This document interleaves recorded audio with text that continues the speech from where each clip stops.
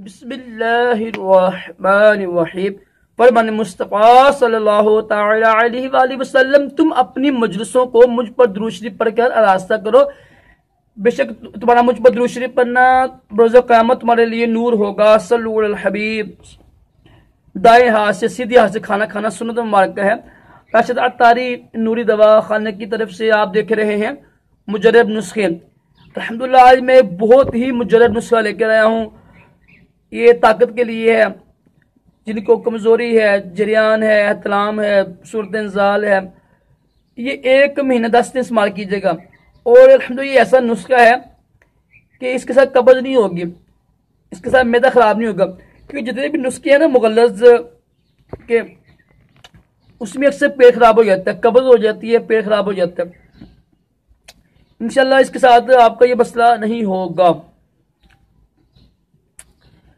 सुनिए, नुस्खा सुन लीजिएगा।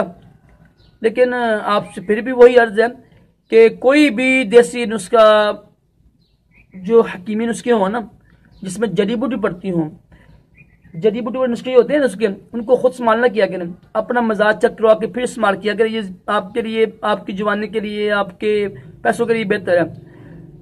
आपने करना क्या, मूसली सफेद इंडियन, बहमन सुर्ख, बहमन सफेद, सब 20-20 ग्राम, लाजवंती 30 ग्राम, तबाशीर नकरा 40 ग्राम, गूंद कतीरा 10 ग्राम, मगजे बादाम आधा तोला, आधा किलो, कूजा मिश्री, अगर आपको शुगर है फिर नास मार के नहीं है वाली, कूजा मिश्री 60 ग्राम, पिस्ता जो खाते हैं ना हम, बादाम अखरोट पिस्ता, पिस्ता 50 ग्राम, जाफरान 6 ग्राम, छोटी इलायची 1 तोला, गूंद किकर 40 ग्राम। इसमें एक और चीज ऐड कर लीजिएगा, वो है 1 तोला काली मिर्च इस्तेमाल कर लीजिएगा ताकि पेट खराब ना हो। मजीद दोबारा सुन ले नुस्खा, मूसली सफेद इंडियन, बहमन सुरख, महमन सफेद, सब 20-20 ग्राम, तीनों चीजें,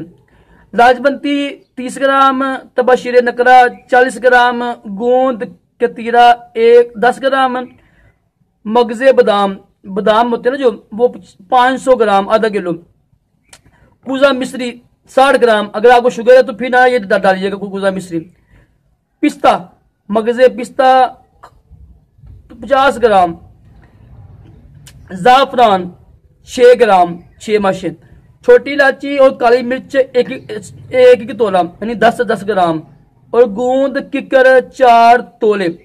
सबको पीस लीजिएगा, पसवा लीजिएगा। इनको आपने आधी चमची ही काफी है, तो करीब 5 ग्राम बनेगी। बड़ी चमची है, बड़ी चाय की चमची, वो आधी रात को इस्तेमाल कर सकते हैं आप।